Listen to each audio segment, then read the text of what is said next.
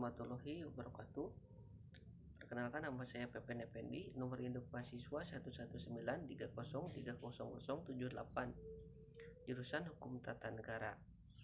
Di sini saya akan mencoba memaparkan materi kuliah dari pertemuan pertama hingga pertemuan ke-7, yaitu mata kuliah Hukum dan Administrasi Pemerintahan yang diampu oleh Bapak dosen Dr. Haji Ai Sofyan MSI dan Bapak Lutfi Fahrul-Rijal SSC MH. Pertemuan pertama yaitu pertemuan tatap muka dengan membahas kontrak belajar.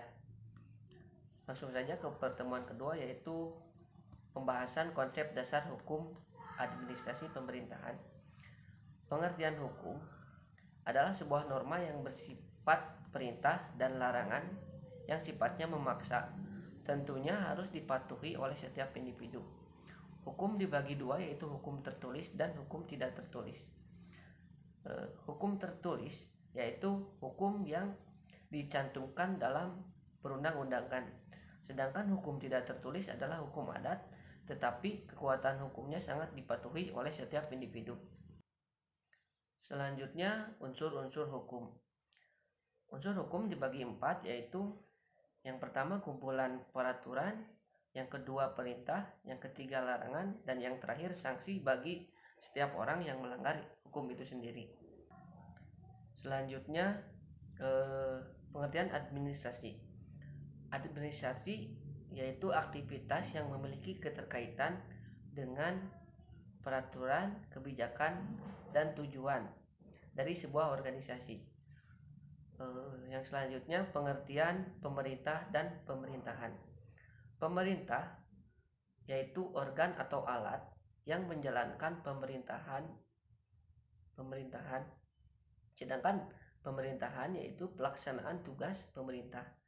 Pemerintah dalam arti sempit adalah kekuasaan eksekutif, sedangkan dalam arti luas yakni semua alat kelengkapan negara. Pengertian daerah. Pengertian daerah yaitu kesatuan masyarakat hukum yang mempunyai batas wilayah tertentu, berwenang mengatur dan mengurus urusan pemerintahan dan kepentingan masyarakat setempat. Yang selanjutnya, atas prakarsa itu sendiri.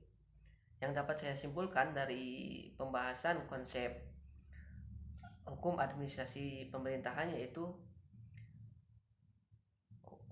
hukum administrasi pemerintahan adalah hukum administrasi atau kumpulan peraturan baik tertulis dan tidak tertulis yang mengatur aktivitas penyelenggaraan pemerintahan dari suatu kesatuan masyarakat hukum yang mempunyai batas wilayah tertentu, yang berhak mengatur dan mengurus pemerintahan dan kepentingan masyarakat. Selanjutnya, pertemuan ketiga yaitu membahas latar belakang pembentukan dan pemekaran pemerintahan daerah. Pemekaran daerah merupakan fenomena yang mengiringi penyelenggaraan pemerintahan daerah di Indonesia. Ini terlihat dari peningkatan jumlah daerah otonom baru. Total daerah otonom di Indonesia dari 2004 hingga 2014 yaitu 542, terdiri atas 34 provinsi, 415 kabupaten, tidak termasuk satu kabupaten administratif di Provinsi DKI Jakarta, dan 93 kota, tidak termasuk 5 kota administratif di Provinsi DKI Jakarta. Pemekaran wilayah pada otonomi daerah seakan punya daya tarik tersendiri, sehingga tidak heran jika terus menjadi perbincangan di berbagai kalangan. Kuatnya wacana tersebut juga semakin menguatkan kontroversi dan perdebatan antar elit, kelompok masyarakat, bahkan pembuat kebijakan sekalipun. Belum lagi tanggapan masyarakat beragam yang sedikit banyak meramaikan kontroversi tersebut. Banyak yang mempertanyakan urgensi gagasan manuver tersebut dengan berbagai alasan mendasar seperti alasan politis, sosiologis, religius, bahkan historis. Tentang pemerintah daerah menentukan bahwa pemekaran daerah adalah pemecahan daerah, provinsi atau daerah kabupaten atau kota menjadi 2 atau lebih daerah baru, atau penggabungan bagian daerah dari daerah yang bersanding dalam satu daerah provinsi menjadi satu daerah baru. Mekanisme pemekaran daerah yang dimaksud adalah di mana daerah persiapan tersebut ditentukan dengan peraturan pemerintah. Lalu, daerah persiapan tersebut diberikan jangka waktu 3 tahun untuk melakukan kegiatan administrasi yang dipimpin oleh kepala daerah. Persiapan jika dalam jangka waktu 3 tahun daerah persiapan bisa memenuhi syarat, maka barulah daerah persiapan dapat ditetapkan menjadi DOB. Sedangkan apabila dalam jangka waktu 3 tahun daerah persiapan tidak memenuhi persyaratan, maka daerah persiapan tersebut tidak dapat melakukan pemekaran atau tidak dapat menjadi DOB. Selanjutnya, syarat teknis dari pembentukan daerah baru pada pasal 4 Peraturan Pemerintah Nomor 78 Tahun 2007 tentang tata cara pembentukan, penghapusan, dan penggabungan daerah harus meliputi faktor yang menjadi dasar pembentukan daerah yang mencakup antara lain: yang pertama, kemampuan ekonomi; yang kedua, potensi daerah; yang ketiga, sosial budaya; yang keempat, kependudukan; yang kelima, luas daerah; keenam, pertahanan; yang ketujuh, keamanan; dan yang terakhir, faktor lain yang memungkinkan terselenggaranya otonomi daerah. Terakhir, syarat fisik yang dimaksud harus meliputi paling sedikit 5 kabupaten atau kota untuk pembentukan provinsi dan paling sedikit 5 kecamatan untuk pembentukan kabupaten dan 4 kecamatan untuk pembentukan kota. Lokasi calon ibu kota, sarana dan prasarana pemerintah keseluruhan merupakan ujung tombak dari pemerintahan, khususnya pemerintah daerah yang secara langsung memberikan pelayanan kepada masyarakat. Untuk itu, kelurahan dituntut bekerja secara prima dalam memberikan pelayanan kepada masyarakat, mengacu pada pedoman penyelenggaraan pelayanan publik yang baik. Namun ada beberapa hal yang bisa menyebabkan pelayanan publik terganggu walaupun keseluruhan sudah memberikan pelayanan secara maksimal, seperti wilayah yang terlalu luas dan penduduk yang terlalu padat. Jika sudah terjadi seperti itu, salah satu cara untuk mengatasinya dengan melakukan pemekaran wilayah. Selanjutnya, pertemuan keempat yaitu membahas asas penyelenggaraan pemerintahan daerah. Asas itu merupakan dasar sesuatu pedoman atau sesuatu yang dianggap kebenaran, yang menjadi tujuan berpikir dan prinsip yang menjadi pegangan. Penyelenggaraan pemerintah daerah tidak terlepas dari penyelenggaraan pemerintahan pusat, karena pemerintah daerah merupakan bagian dari penyelenggaraan pemerintah negara. Asas dan prinsip pemerintah daerah menggunakan asas desentralisasi dan dekonsentralisasi, dan tugas pembantuan penyelenggaraan asas desentralisasi secara utuh dan bulat yang dilakukan di daerah kabupaten dan kota. Asas tugas pembantuan yang dilakukan di daerah provinsi, kabupaten atau kota, dan desa. Untuk membahasnya bisa diuraikan secara sederhana tentang asas penyelenggaraan pemerintahan daerah sebagai berikut. Asas desentralisasi yaitu penyerahan sebagian urusan pemerintah pusat kepada daerah untuk mengatur dan mengurus rumah tangganya sendiri. Maksud dari sebagian urusan karena tidak semua urusan dapat diserahkan kepada daerah baik provinsi maupun kabupaten atau kota. Urusan pertahanan dan keamanan atau Hankam dan moneter misalnya masih menjadi urusan pemerintah pusat. Kenapa demikian?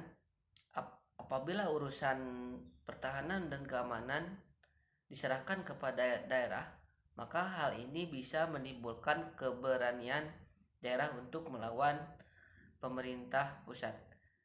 Demikian juga urusan moneter apabila diserahkan kepada daerah, maka dikhawatirkan akan menjadikan kesenjangan dan perbedaan pada mata uang.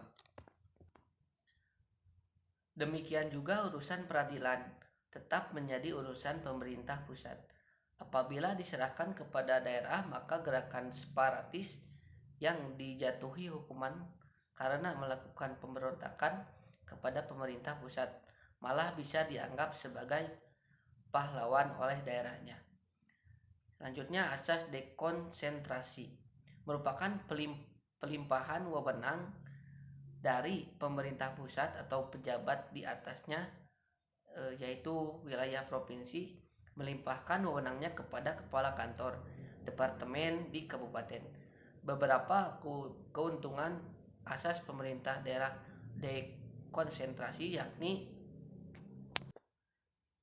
mampu mengurangi keluhan akan undang-undang maupun peraturan lain yang ditetapkan oleh pemerintah. Selanjutnya, bisa membantu aparat pemerintah yang tengah melaksanakan informasi atau memegang amanat dari pemerintah daerah. Kemudian amanat ini diteruskan kepada pemerintah pusat dan mempermudah rakyat berkomunikasi langsung kepada pemerintah daerah. Asas pembantuan atau medebewin. Mede berasal dari bahasa Belanda yang artinya ikut serta, sedangkan bewin artinya berkuasa atau memerintah. Jadi pemerintah daerah ikut serta dalam mengurus suatu urusan. Namun demikian urusan itu harus dipertanggungjawabkan kepada pemerintah pusat. Tugas pembantuan merupakan upaya pemerintah pusat terkait peningkatan efektivitas pelayanan umum dengan merata. Fungsi asas ini lebih condong ke media dalam rangka pengembangan pembangunan daerah tertentu. Bahasan kelima yaitu pembagian urusan pemerintahan. Berdasarkan Undang-Undang Nomor 23 Tahun 2014, klasifikasi urusan pemerintahan terdiri dari 3 urusan, yakni urusan pemerintahan absolut, urusan pemerintahan konkuren, dan urusan pemerintahan umum. Urusan pemerintahan absolut adalah urusan pemerintahan yang sepenuhnya menjadi kewenangan pemerintah pusat. Sedangkan urusan pemerintahan konkuren adalah urusan pemerintahan yang dibagi antara pemerintah pusat dan daerah provinsi dan daerah kabupaten atau kota. Sedangkan urusan pemerintahan umum adalah urusan pemerintahan yang menjadi kewenangan presiden sebagai kepala pemerintahan. Untuk urusan konkuren atau urusan pemerintahan yang dibagi antara pemerintah pusat dan daerah provinsi atau kabupaten kota dibagi menjadi urusan pemerintahan wajib dan urusan pemerintahan pilihan. Urusan pemerintahan wajib yakni urusan pemerintahan yang wajib diselenggarakan oleh semua daerah. Sedangkan urusan pemerintahan pilihan adalah urusan pemerintahan yang wajib diselenggarakan oleh setiap daerah sesuai dengan potensi yang dimiliki setiap daerah itu sendiri. Selanjutnya yaitu pembahasan tentang otonomi daerah. Otonomi berasal dari bahasa Yunani autonomi yang berarti auto adalah sendiri dan nomos adalah undang-undang.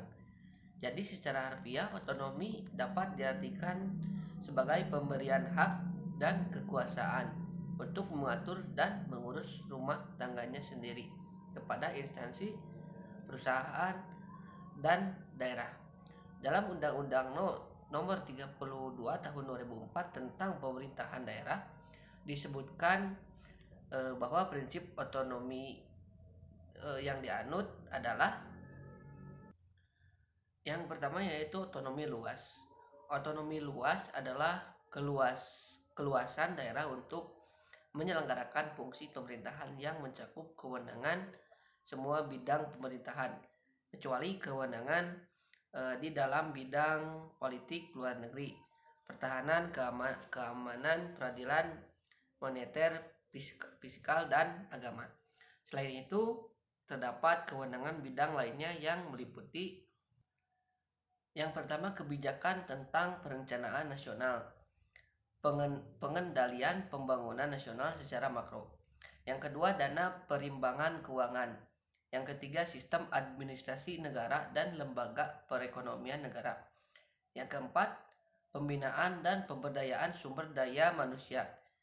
Yang kelima, pendayagunaan sumber daya alam serta teknologi yang strategis. Dan yang terakhir, konservasi dan standarisasi nasional. Yang kedua yaitu otonomi nyata. Otonomi nyata adalah keluasan daerah untuk menyelenggarakan kewenangan berdasarkan tugas, wewenang, dan kewajiban pemerintah di bidang tertentu yang secara nyata ada dan diperlukan serta tumbuh hidup dan berkembang di daerah yang berpotensi dengan khas bidang yang wajib dilaksanakan oleh daerah, kabupaten, dan kota, meliputi pekerjaan umum, kesehatan, pendidikan, dan kebudayaan, pertanian, perhubungan, industri, dan perdagangan, penanaman modal, lingkungan hidup, pertahanan, koperasi, dan tenaga kerja. Sementara itu, otonomi yang bertanggung jawab adalah otonomi yang dalam penyelenggaraannya harus benar-benar sejalan dengan tujuan dan maksud pemberian otonomi yang pada dasarnya untuk memberdayakan daerah termasuk meningkatkan kesejahteraan rakyat yang merupakan tujuan utama dari tujuan nasional. Yang ketiga yaitu otonomi yang bertanggung jawab adalah perwujudan pertanggungjawaban sebagai konsekuensi pemberian hak dan kewenangan kepada daerah dalam wujud tugas dan kewajiban yang harus dipikul oleh daerah dalam mencapai pemberian otonomi daerah. Sementara itu, otonomi yang bertanggung jawab adalah otonomi yang dalam penyelenggaraannya harus benar-benar sejalan dengan tujuan dan maksud pemberian otonomi yang pada dasarnya untuk memberdayakan daerah termasuk meningkatkan kesejahteraan rakyat yang merupakan tujuan utama dari tujuan nasional yang berupa A. Peningkatan pelayanan dan kesejahteraan masyarakat yang semakin baik, dan B. Pengembangan hidup demokrasi, C. Keadilan dan pemerataan pembangunan, dan terakhir D. Pemeliharaan hubungan yang serasi antara pusat dan daerah dalam rangka menuju NKRI. Dan yang keempat, keserasian hubungan antara daerah dengan daerah lainnya. Artinya, mampu membangun kerjasama antara daerah untuk meningkatkan kesejahteraan bersama dan mencegah ketimpangan antar daerah. Hal yang tidak kalah pentingnya bahwa otonomi daerah juga harus mampu menjamin hubungan yang serasi antar daerah dengan pemerintah. Artinya harus mampu memelihara dan menjaga keutuhan wilayah negara dan tetap tegaknya negara Republik Indonesia dalam rangka mewujudkan tujuan dari suatu negara.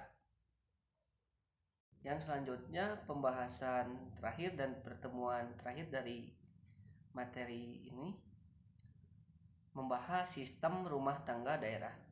Pembagian kewenangan dalam hubungan pusat dan daerah adalah menyangkut pembagian urusan rumah tangga atau dalam bahasa peraturan perundang-undangan disebut dengan urusan pemerintahan menurut Nikmatul Huda.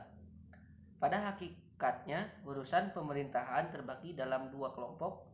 Yang pertama, urusan pemerintahan yang sepenuhnya diselenggarakan oleh pemerintah tanpa asas desentralisasi. Berbagai urusan pemerintahan tersebut secara eksklusif menjadi wewenang pemerintah, baik pemerintah negara kesatuan maupun pemerintah negara federal. Lalu sekarang masuk ke pembagian sistem rumah tangga daerah. Yang pertama, sistem rumah tangga formal atau formal Huishoudingslehre. Pada sistem rumah tangga formal, pembagian wewenang, tugas, dan tanggung jawab antara pusat dan daerah untuk mengatur dan mengurus urusan pemerintahan tertentu tidak ditetapkan secara rinci. Sistem rumah tangga formal berpangkal tolak dari prinsip bahwa tidak ada perbedaan sifat antara urusan yang diselenggarakan pusat dan yang diselenggarakan daerah.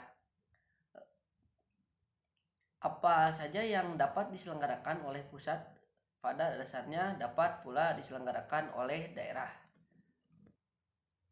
Pembagian tugas dan wewenang atau tanggung jawab untuk mengatur dan mengurus suatu urusan pemerintahan semata-mata didasarkan pada keyakinan bahwa suatu urusan pemerintahan akan lebih baik dan berhasil kalau diurus dan diatur oleh suatu pemerintahan tertentu.